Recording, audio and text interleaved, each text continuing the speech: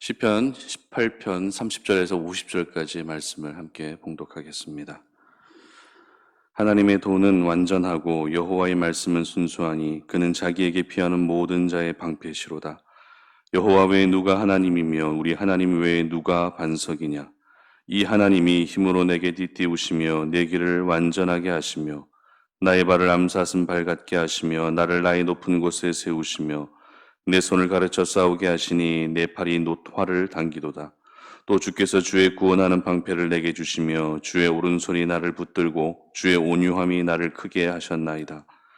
내 걸음을 넓게 하셨고 나를 실족하지 않게 하셨나이다. 내가 내 원수를 뒤쫓아가리니 그들이 망하기 전에는 돌아서지 아니하리이다. 내가 그들을 쳐서 능히 일어나지 못하게 하리니 그들이 내 발 아래 엎드러지리이다. 주께서 나를 전쟁하게 하려고 능력으로 내게 띠띠우사 일어나 나를 치는 자들이 내게 굴복하게 하셨나이다. 또 주께서 내 원수들에게 등을 내게로 향하게 하시고 나를 미워하는 자들을 내가 끊어버리게 하셨나이다. 그들이 부르짖으나 구원할 자가 없었고 여호와께 부르짖어도 그들에게 대답하지 아니하셨나이다.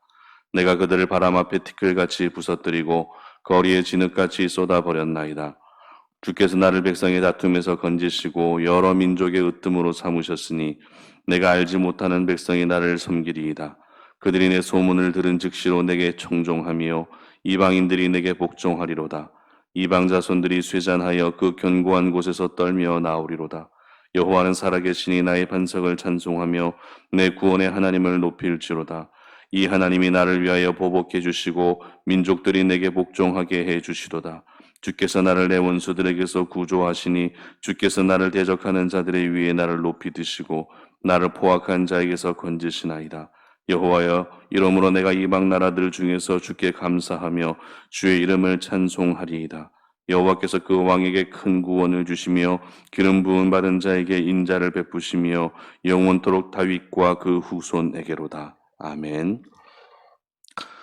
하나님을 찬송할 수밖에 없는 이유라는 제목으로 말씀 전합니다. 지금 전 세계는 다이너마이트 열풍이 불고 있습니다. 여러분, 제가 지금 여러분에게 무슨 말씀을 하고 있는지 바로 이해가 되십니까? 만약 이해가 되신다면 조금 젊은 세대에 속하시고요. 전혀 이해가 되지 않는다라면 이제 점점 늙어가는 기성세대라 생각하시면 될 것 같은데요. 지금 전 세계는 다이너마이트 열풍이 불고 있는데요. 우리나라 BTS 방탄소년단의 신곡의 제목이 바로 다이너마이트입니다. 미국 빌보드 메인 싱글 차트에서 발매되자마자 2주간 1위를 차지한 그런 곡입니다. 이 K-팝의 유명한 또 이전에 곡이 있었죠. 싸이의 강남스타일이라고 하는 그런 곡이었는데요. 그 곡도 빌보드 메인 싱글 차트 1위는 오르지 못했습니다. 그런데 이번에 BTS의 다이너마이트가 1위에 오르게 된 것이죠. 이 세계적으로 K-팝 인기는 정말 대단합니다. 그 중에 BTS의 인기는 다른 K-팝 스타들도 뭐 인기가 많이 있겠지만 BTS의 인기는 단연 압도적이라 할 수 있을 것 같은데요. 여러분이 BTS의 다이너마이트라고 하는 곡이 만들어지게 된 이유를 혹시 알고 계십니까? 지금 전 세계 지구촌은 코로나19로 인해서 극심한 몸살을 앓고 있습니다. 많은 사람들이 힘들어하고 좌절하고 절망하고 낙심하고 또 우울해하며 살아가는 이런 현실 속에서 사람들에게 희망과 유쾌함을 전해주기 위한 응원가로 이 다이너마이트라고 하는 곡이 만들어지게 된 것입니다. 그래서 사람들은 이 노래라고 하는 이 노래 한 곡으로 힘을 얻기도 하고요. 또 어떤 사람은 위로를 받기도 하고 또 어떤 사람은 강력한 그런 또 소망을 또 품게 되는 그런 힘이 있는 것이 바로 노래인 것 같습니다. 그렇다면 우리가 일반적으로 삶 속에서 부르는 그런 노래가 아니라 하나님께 올려드리는 노래는 어떨까요? 하나님께 올려드리는 노래를 가리켜서 찬송, 찬양 이렇게 우리가 얘기를 하죠. 그래서 시편은 하나님을 향한 노래로 이루어져 있는 것이죠. 세상의 노래가 사람들에게 기쁨과 희망을 줄 수 있다면 하나님을 향한 노래, 이 찬송은 바로 우리 하나님을 기쁘시게 해 드릴 수 있는 수단이 되는 것입니다. 시편 18편 말씀은 다윗이 여러 원수들과 그리고 사울의 손에서 구원해 주신 그날에 하나님의 은혜를 감사하며 하나님을 노래하고 있는 내용으로 이루어져 있습니다. 그리고 49절의 말씀을 보시기 바랍니다. 여호와여, 이러므로 내가 이방 나라들 중에서 주께 감사하며 주의 이름을 찬송하리이다 라고 다윗은 기록합니다. 다윗은 이러므로라고 하는 접속 부사를 사용함으로써 내가 하나님을 찬송할 수밖에 없는 이유를 분명히 말하고 있습니다. 저희들은 예배를 통해서 아니면 일상의 삶 속에서 찬양을 올려드릴 때가 있습니다. 어찌 보면 기도하는 시간보다 찬양을 올려드리는 시간, 찬양하는 시간이 더 많은 분들도 있을 것입니다. 찬양하는 것은 하나님께 영광을 올려드리는 매우 중요한 신앙의 행동입니다. 그러므로 우리가 하나님을 찬양하며 나아갈 때 별다른 감동도 없이 생각도 없이 형식적으로 올려드리는 찬송이 되어서는 안 된다는 것이죠. 우리가 하나님을 찬양할 때에는 분명한 이유를 알고 그 이유를 가지고서 하나님을 찬송해야 한다라는 것입니다.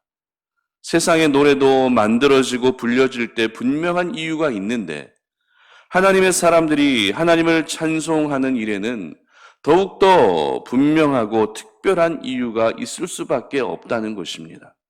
다윗도 오늘 그 이유를 생각하며 하나님을 찬양했던 것처럼 저와 여러분 역시 하나님을 찬송할 수밖에 없는 이유, 그 이유를 마음 깊이 새기시고 그 이유를 가지고 우리 하나님을 오늘 하루도 찬양하며 나아갈 수 있기를 바랍니다. 그렇다면 우리가 하나님을 찬양할 수밖에 없는 이유가 무엇입니까? 첫 번째는 하나님의 길로 인도해 주시기 때문입니다.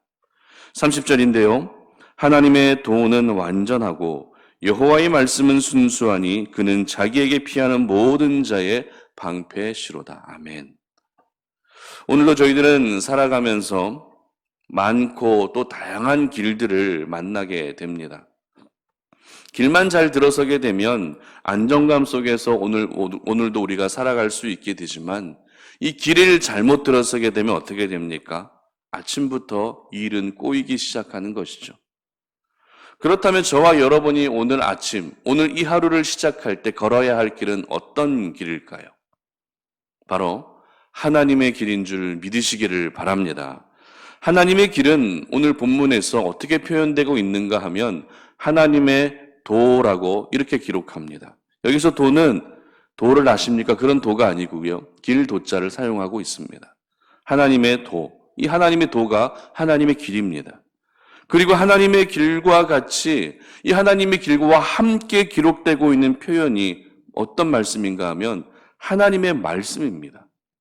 즉 오늘 다윗은 하나님의 길을 이야기할 때 하나님의 말씀을 함께 언급하고 있다는 것이죠. 그래서 방금 읽었던 30절에서는 하나님의 도는 어떻다고요? 완전하다고 말합니다. 그리고 하나님의 말씀은 어떻다고요? 순수하다라고 기록합니다. 다윗이 하나님의 도와 하나님의 말씀을 함께 기록하고 있는 이유는 하나님의 말씀을 따라가는 것이 곧 하나님의 길을 가는 것이기 때문입니다. 그리고 그렇게 걸어가게 되는 하나님의 길은 그 어떤 세상의 길들과 비교했을 때 하나님의 길은 완전할 수밖에 없고 순수할 수밖에 없는 그런 길이라는 것입니다. 그런데 오늘 다윗은 32절에서 이와 같은 고백을 합니다. 이 하나님의 힘으로 내게 띠띠우사 내 길을 완전하게 하시며 아멘. 다윗 자신의 길을 하나님이 완전하게 하신다라고 하는 고백을 하고 있습니다. 그렇다면 여러분에게 질문합니다. 다윗이 걸어갔던 인생의 길이 과연 완전한 길이 맞습니까? 다윗의 삶을 한번 되돌아보시기 바랍니다. 그의 삶, 그가 걸어갔던 그 길이 완전한 길이었습니까? 그렇지 않습니다. 다윗도 살면서 실패한 순간도 있었고 넘어지는 순간도 있었습니다. 그럼에도 다윗은 자신의 길을 완전하게 해주실 하나님을 신뢰하고 있었던 것입니다. 조금 전에 살펴봤던 것처럼 완전한 길은 바로 하나님의 길입니다. 저희들의 길은 완전할 수가 없습니다. 오늘도 완전한 길은 하나님의 길 하나밖에 없습니다. 그러므로 다윗은 자신이 걸어가는 인생의 길, 그것이 실패의 길이 될 수도 있고 아픔이 있는 길이 될 수도 있고 상처가 있는 길이 될 수 있지만 그 길마저도 내 발걸음을 인도하셔서 끝내는 하나님의 길로 걸어갈 수 있게 해주신다는 이와 같은 믿음의 고백을 올려드리고 있었던 것입니다. 이와 비슷한 맥락에서 사도 바울도 비슷한 고백을 하고 있는 것을 우리는 알고 있습니다. 로마서 8장 28절인데요. 제가 읽어드리겠습니다.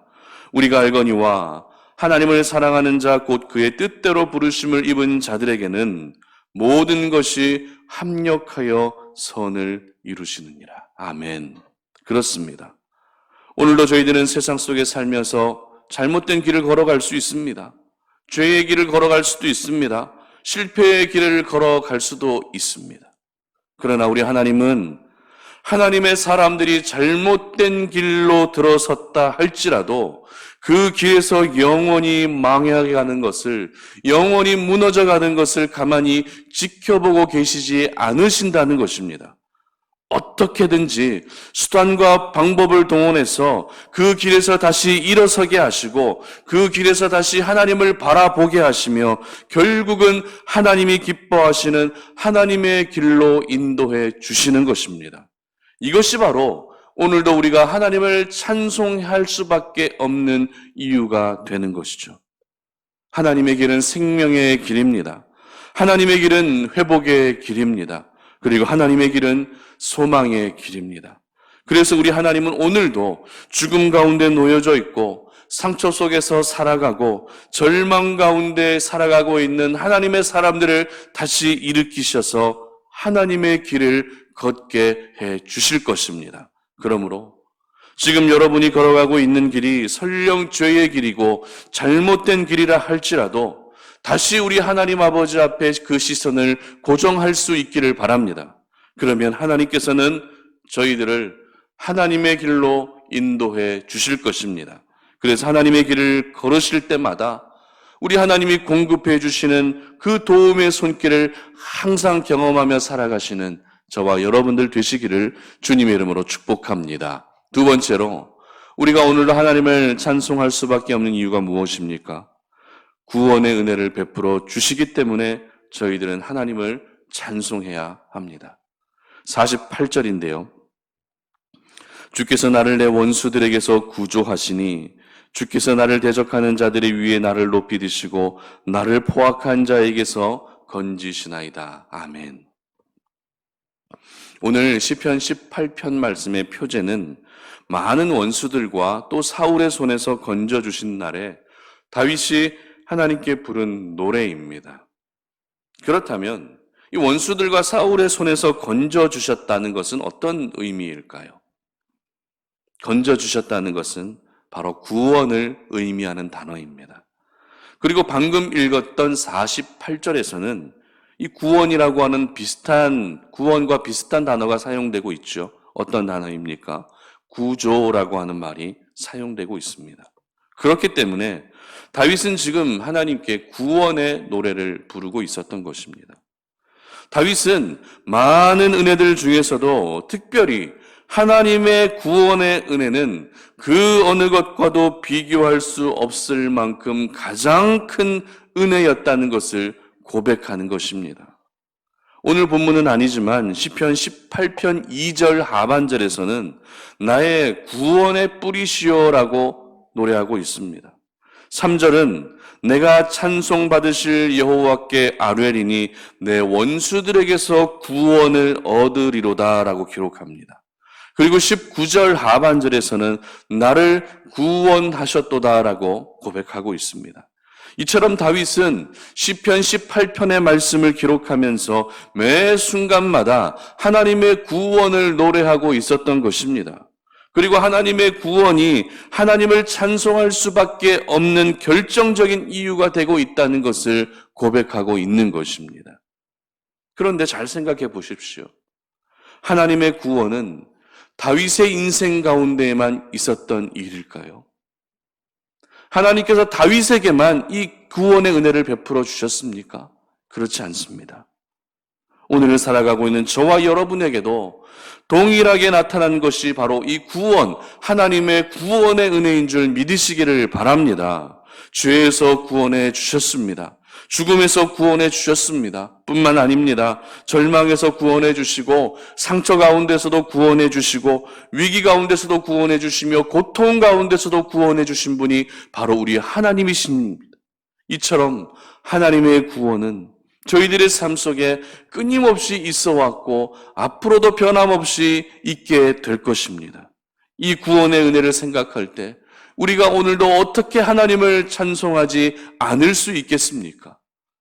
이 구원의 은혜를 생각할 때 우리가 어찌 하나님을 찬양하지 못할 수 있겠습니까?